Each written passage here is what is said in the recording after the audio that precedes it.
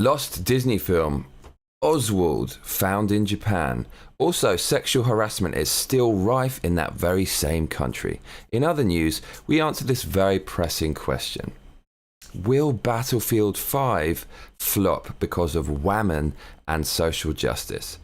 And why is everyone angry about the new Amazon headquarters in New York? Finally, Black Friday is here. I'm Johnny Massacre, and this is the Johnny Massacre Show.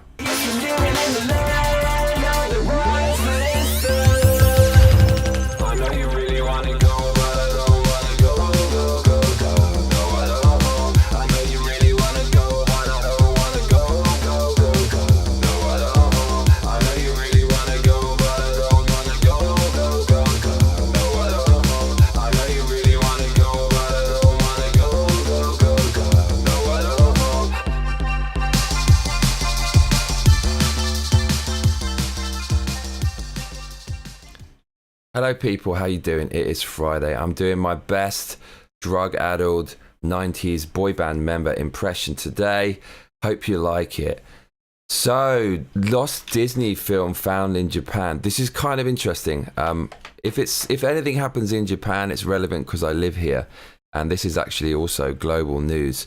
The old school Disney shit is legendary. The fucking Mickey Mouses, the Mickey Mice, the Mickey Mouses. What's the plural of Mickey Mouse? The Donald Ducks and so on. Everyone loves those cartoons, and there are these really old school cartoons before any of that shit. The prototype for the modern day cartoon. And one of them has been found in Japan, of all places. So the character's called Oswald, and it looks like Mickey Mouse, but it's not quite Mickey Mouse. Have a look at Oswald. This is Oswald. Meet Oswald. This article's on the BBC. So Oswald is a rabbit, not a mouse. One of Walt Disney's earliest films has been discovered in Japan, says BBC. An anime historian had the cartoon for 70 years before he realized it was one of 7 lost films. How the fuck do you have in possession the holy grail of Disney animation and call yourself a historian and not even fucking know you're the only person who has it? The 2-minute short features Oswald the Lucky Rabbit, a precursor to Mickey Mouse. There he is in the picture, blowing up a balloon, and he's wearing ice skates, and he has a weird ridged back. But I do like the way this character looks. I like him a lot. Yasushi Watanabe, 84, bought the film from a toy wholesaler in Osaka when he was a teenager, paying only 500 yen, that is £3.45 at current exchange rates, although that looks set to change, what with Brexit looming on the horizon. Originally called Neck and Neck, the 16mm cartoon was tagged with the name Mickey Manga Spide, which means Mickey Cartoon Speedy, and remained in Mr. Watanabe's personal collection for 70 years. Okay, so the BBC has got this wrong, I think. They say this cartoon was tagged with the name Mickey Manga Spide, but there's no fucking way it was called that if it was written in Japanese. This is assuming it was written in Japanese. What would have been written is Mickey Manga Supido, because Supido is how Japanese people say speed, although perhaps it was just written in English, and back then speedy was spelt different, so that's a bit of a mystery. Anyways, the significance of the film only became apparent when Yasushi read the book Oswald the Lucky Rabbit, The Search for the Lost Disney Cartoons, written by long-term Disney animator David Bossert and published last year. As I've been a Disney fan for many years, I'm happy that I was able to play a role, he told the Asahi Shimbun newspaper, which confirmed with the Walt Disney Archive that the cartoon was one of a handful of Lost Oswald films. Here's another picture of Oswald the rabbit sexually harassing a rather fine-looking young pussycat being suspended in the air by a balloon.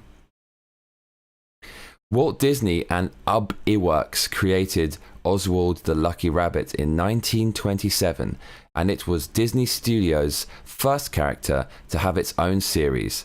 A total of 27 cartoons were made, but the anthropomorphic rabbit became the center of an intellectual property dispute, with Universal Studios wrestling the rights to the character in 1928.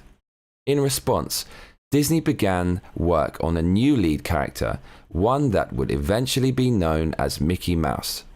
As for Oswald, it was left in animation purgatory until Disney CEO Bob Iger bought back the rights in 2006. What's particularly good about this story is that it shows the spread of these films across the globe. Jez Stewart, the BFI's animation curator, told the BBC. How the films propagated across the world and where they end up is almost as interesting as the film itself. In 2015, another lost animation featuring Oswald was found in the BFI's archives. Stewart says these discoveries are important, but only part of the picture when it comes to early animation. At the same time as Oswald was being made in the US, for example, Bonzo the dog was having surreal adventures on UK screens. I think it's a shame that it sometimes takes a lost film to be found to draw attention to the films that are there. So there you have it. This missing piece of the Disney puzzle has been found in none other than Japan, where I live, which is pretty crazy. So in other news, sexual harassment is still rife in Japan. If you watch the show, you will know that there's quite a lot of news about sexual harassment over here. It's fucking everywhere. It's a serious problem, and it doesn't really get a lot of press, which is funny because things that really aren't sexual harassment are all over the press in America and England, but it's actually really going on in Japan, but no one gives a fuck about it. What's up with that? But yeah, sexual harassment is still rife out here. So let me draw your attention to an article on the news website known as Japan Today. Here's a Japanese man with the word task force embroidered on his jacket. And here are some very sad looking rush hour commuters who are all women in the women only carriage on a Japanese train. Kind of ironic that all these helpless, defenseless women are being protected by a man. Could it be that men are born natural protectors? Don't shoot the messenger. This article says women in Tokyo strongly back single-sex transport amid security fears. Global poll. Okay, so this article says women in Tokyo are most in favour of having single-sex carriages on public transport, according to a poll in 5 of the world's biggest commuter cities released on Thursday. Despite such policies facing growing criticism. Why are they facing criticism? I do hope we find out. If women are being groped on trains, why the fuck would they want to be on a train?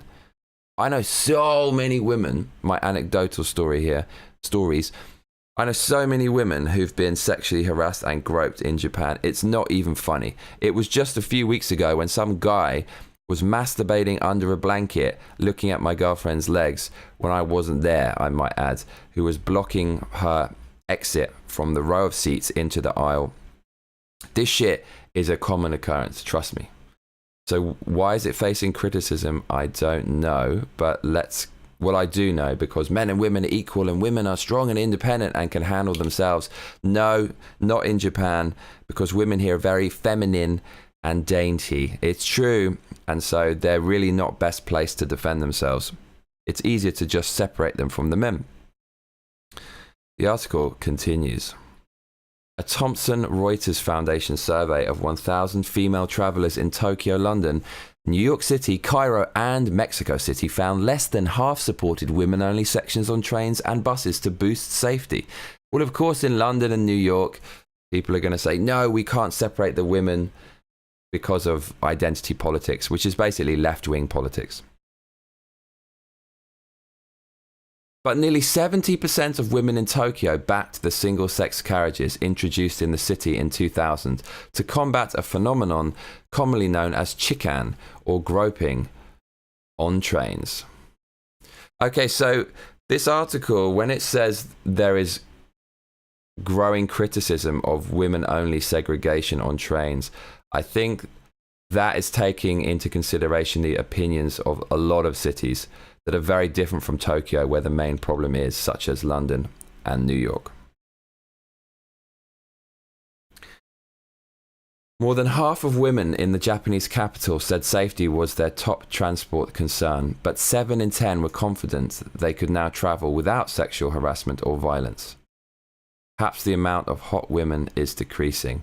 No, I'm just joking. But really though, there are a lot of hotties in Japan. Seriously. When people come out here, one of the first things men say to me is, man, like the women look great out here. They're very feminine, as I always say. They wear miniskirts, high heels and stuff. They look very hot. And so you couple that fact with the reality of Japanese people being very repressed and not really expressing themselves, hiding their emotions. It's a very introverted culture. And you have a cocktail for chikan, or sexual harassment, as it's known in Japan. Women in Cairo and Mexico City also said safety was their biggest concern about using public and private transport, and 60% and 55% respectively said women-only sections on trains and buses would improve safety.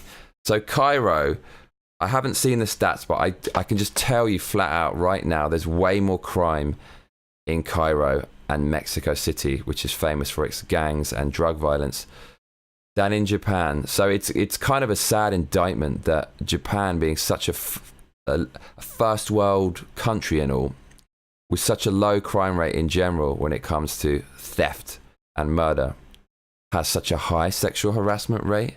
Come on, guys, sort it out. Sort it out. But less than 30% of women were in favour of women-only carriages in New York and London. How did I guess? Where the time and cost of travel were seen as more pressing issues than safety. The poll, supported by Uber, comes as cities around the world increasingly bolster efforts to ensure women have safe, efficient transport to give them full and equal opportunities to jobs and education. All right. So one other interesting stat, Tokyo has been struggling to stop sexual harassment on trains, where police figures found more than 2/3 of 1,750 groping or molestation cases reported in the city in 2017 took places on trains or in the stations.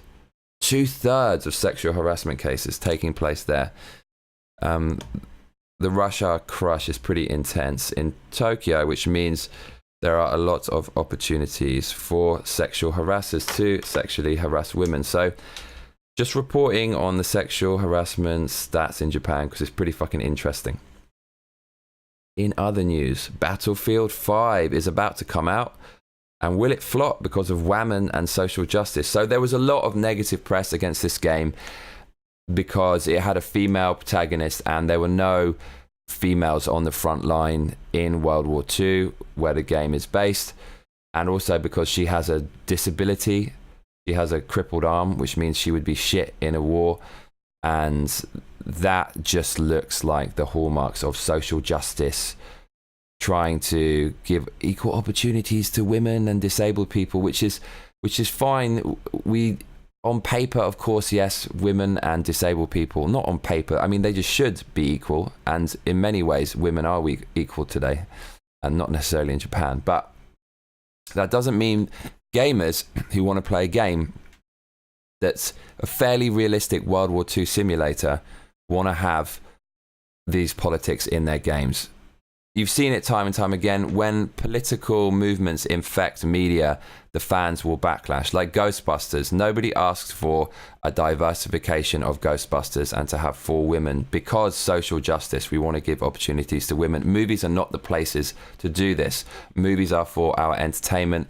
And if the franchise have a lot of loyal fans. Of course, they're going to react badly to changing the core components of their much loved hobby or interests. And so, yes, social justice seems to have infected Battlefield 5, and the game is coming out soon. So it will be very interesting to see if its sales are negatively affected.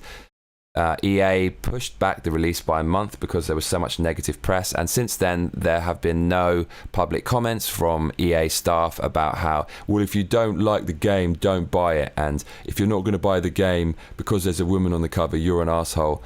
They've stopped all that shit. They tried that with Ghostbusters as well, and it massively backfired. So I mean, it's good because they're toning down the social justice a little bit, but it's going to be interesting to see how well the game sells. No sales figures are in as of yet, but I did look at EA stock, and that paints a very interesting picture indeed. If you look at their share price, it has actually been kind of plummeting over the last 6 months. I'm just going to bring it up for you now. So here is the EA share price. This is a daily share price. Last 6 months. So you can see from Wednesday the 25th of July, EA's shares tanked, and they've been tanking ever since. They've nearly halved in value, which is just incredible. But the Battlefield trailer featuring the disabled woman came out around May, which is way back here, and their shares grew since then. So I don't know why EA shares have been not doing well. I'm sure a lot of you watching know and can let me know in the comments, but it will be interesting because, you know, EA is banking on this game. It's a major seller for them, so they obviously want it to help turn around their fortunes. It's going to be interesting to see if the backlash to the social justice themes in Battlefield 5 will have a serious lasting effect on game sales, won't it? In other news, why is everyone angry about the new Amazon headquarters in New York? So my friend works for Amazon, and he told me about this. He said Amazon have a couple of new headquarters, and there's a massive backlash about this. Why is there a backlash? Well, it's based, as far as I can see, it's because the city are giving some favorable monetary conditions to Amazon, some tax breaks and whatnot, for them to bring their headquarters to the city. So Amazon will obviously bring a lot of wealth and prosperity because it's in the top 10 Fortune 500 companies to wherever it makes a headquarters. And so I think Amazon did this quasi pseudo competition where it was trying to get cities to bid for the rights to host their headquarters, but in reality it seems like Amazon are leading these city governments up the garden path, and while they're framing it as a wonderful thing for their headquarters to come to their city, actually they're just looking to take advantage of political favoritism and get some financial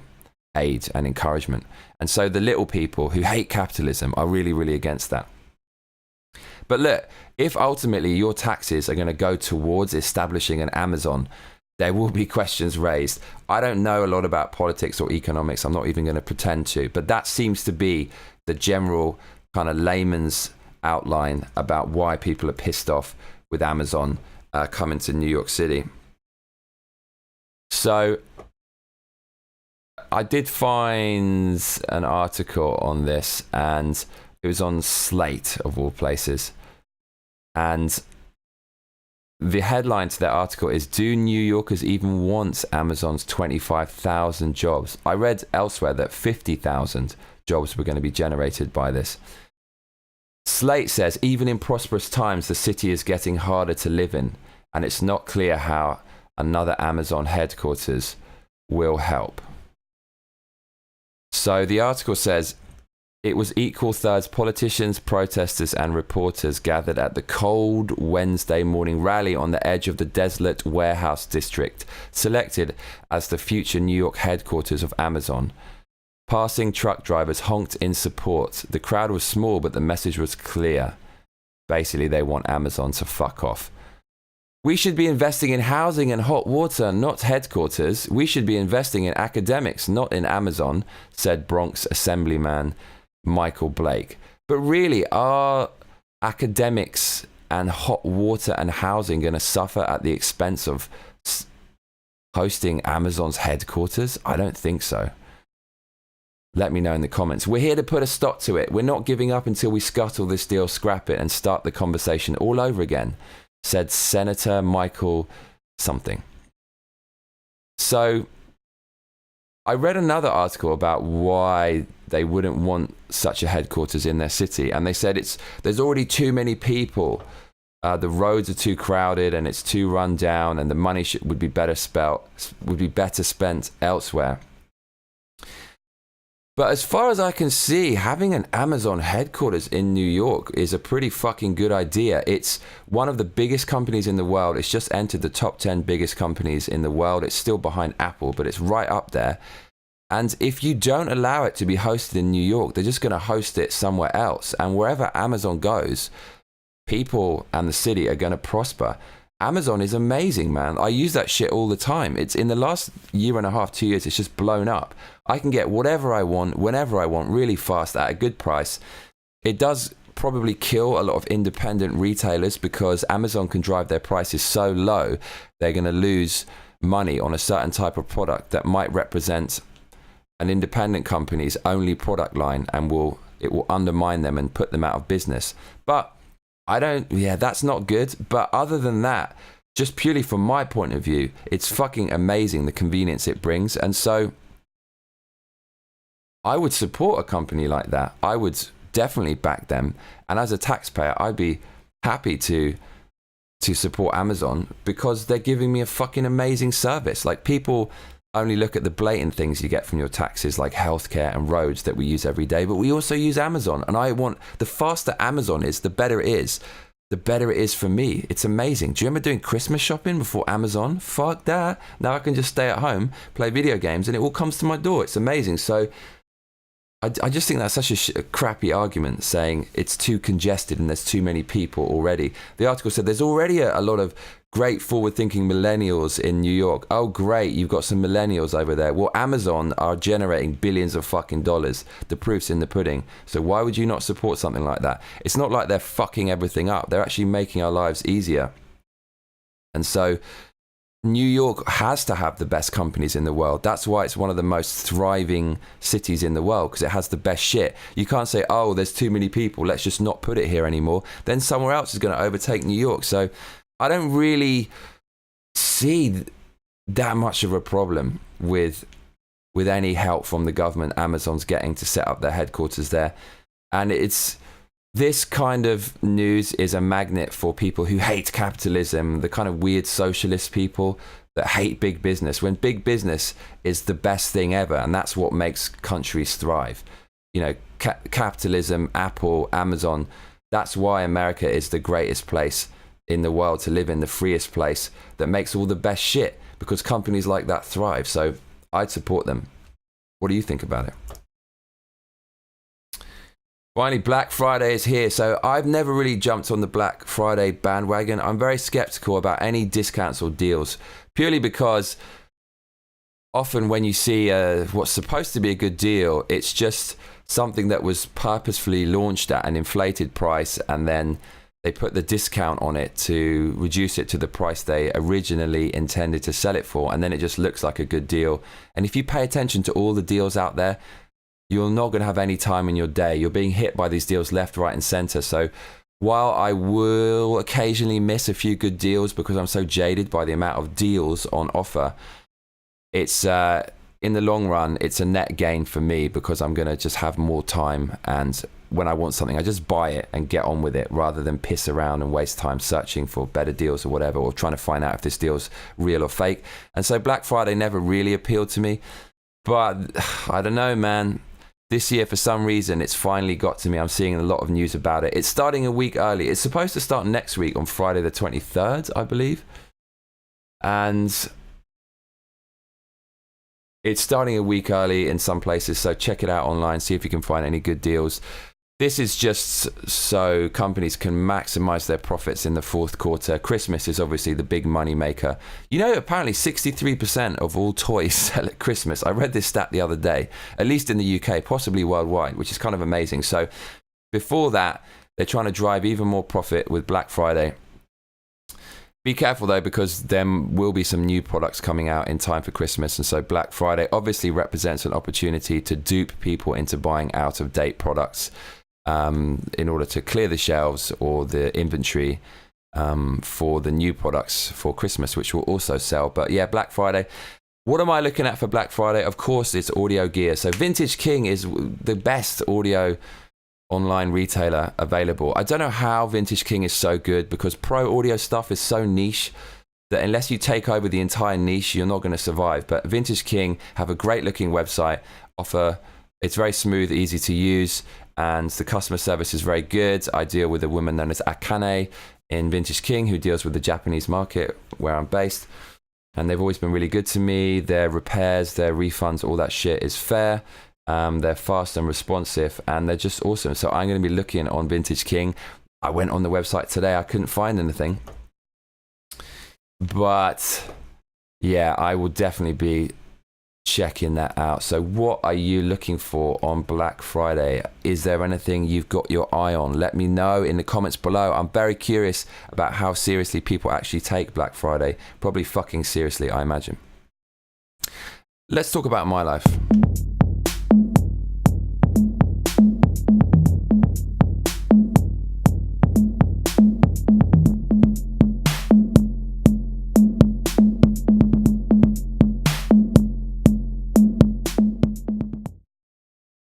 Okay, what is going on in my life? Well, speaking of Vintage King, that website, I just went over there and I was having a look at it. And there are 3 pieces of gear I found that they've just put up, which are really, really decent. So I just want to show you this while I lust over this. This is called Gear Lust. So this thing is a tube leveling amplifier called the TLA 100A by Summit Audio. So this thing is based on a very classic unit called an LA2A, which is a very easy unit to use, just like this one. It only has 2 dials, basically in how loud you want to make it and how much you're squashing the dynamics of the signal over here.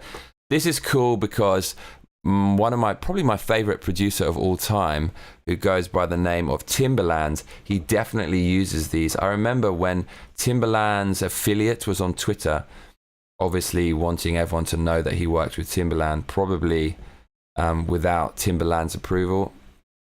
He was just talking a lot about Timbaland's studio and stuff. So I sent him a tweet and I said, what gear does Timbaland use?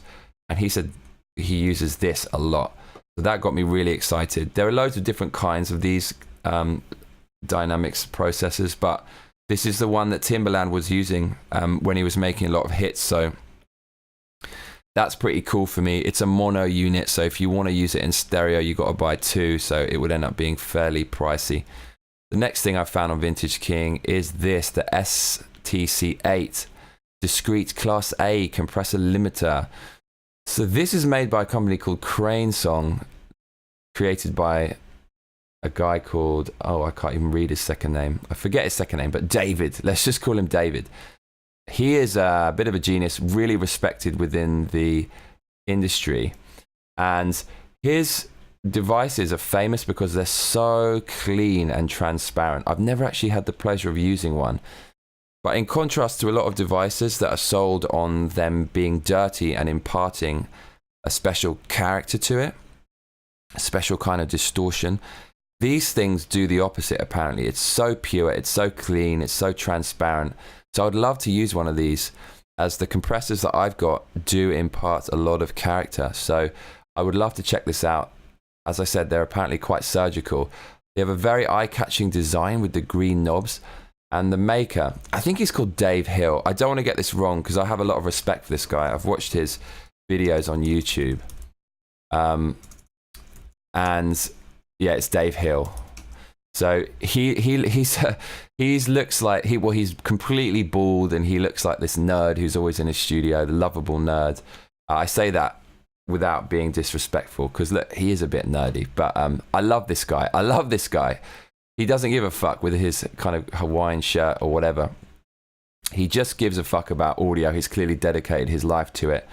He's a much loved figure in the industry. I'm digging a hole here now, aren't I? But I do love this guy, honestly, and I'd love to try his gear. And yeah, that's a piece of gear that he made, so I'd love to try that out. And there's one more piece of gear on Vintage King, which is the holy grail of all hardware. All this shit you can see here. There is one unit which is the granddaddy of them all, and it's called the Fairchild 670. Everyone knows about this thing who's in music production or in recording. Here it is. There's no price. It probably costs about $50,000 to $70,000. It's a fucking beast. It weighs a ton, apparently. And you can see inside it here, there's a ridiculous amount of vacuum tubes. It has been wonderfully restored with what seems to be some original components in there as well. Of course, 1, 2, 3, 4, 5, 6, 7, 8, 9, 10, 11, 12, 13, 14, 15, 16, 17, 18. I think these valves, 19, 20. Basically, I've lost count of how many valves there are in this fucking machine. It has so many vacuum tubes. So it's famous for having the warmest sound ever. These things create a warm distortion. And this is the most overkill dynamics processor ever released. It has so many valves inside. And what it does essentially is similar to this thing. This is kind of modeled on the Fairchild. And it's a very special type of compression or gain reduction. That says gain reduction there. I don't know if you can see that. But it's a very special type of gain reduction that is basically influenced by vacuum tubes that are constantly rebiasing each other. I don't understand how the fuck it works. I was always shit in physics and maths. But it's like this on steroids, apparently. And the crazy thing is, if you listen to it in action, you can listen to it online. It's so fucking subtle. Even for me, I have ears like a hare, like a fox, like a dog. I can hear crazy shit that other people cannot hear. And even for me, it's hard to kind of justify purchasing that thing. And my standards of purchase are fucking ludicrous. I will try to justify anything for my studio. But this thing, I've listened to it, and it's so fucking subtle. For that price, it just seems like a boutique piece, right? You have it just for the name, just for the status, just for the myth, just for the legend. But there are top engineers out there who've mastered hit records and they swear by it. So I will reserve my judgment until I've finally tried one day. But it's not the kind of thing you can just... Actually, it probably is the kind of thing you can rent. There must be people who have it who are making a bit of money on the side renting it out. Fuck, that could be... One of my goals for 2019 is to rent a Fairchild 670 and use it in my studio. Anyways, bit of education for you. Fairchild 670, the holy grail of compression and rack gear for engineers, sound engineers, and to a lesser extent, music producers. I don't think any music producers have that. It's mainly mastering and mix engineers. So that's about it for today's Johnny Massacre show. I promise you another one this week to squeeze in one that I missed last week. But man, I'm on girlfriend duty today. I'm gonna go see a few movies, and I've got to have a business meeting and shit. So yeah, that Johnny Massacre episode is lost in the ether. I really appreciate you tuning in again today. Tuning in, that's the YouTube buzzword. When you do a YouTube premiere where you can watch the video with your followers, at the end it says thanks for tuning in. So this is the new buzzword. It kind of doesn't make sense because you don't tune in with the internet, but yeah, anyways, thanks for tuning in. Hope you enjoyed today's episode. Make sure to leave me feedback and comments in the box below. I especially love your questions, so if you can get any questions in for next week about anything, about life, philosophy, that kind of stuff, I would love to hear your questions, so please stick it in there now. And yeah, I won't be back tomorrow because tomorrow is Saturday. I don't make the Johnny Massacre show over the weekend. I will be back on Monday. Love ya and see you then.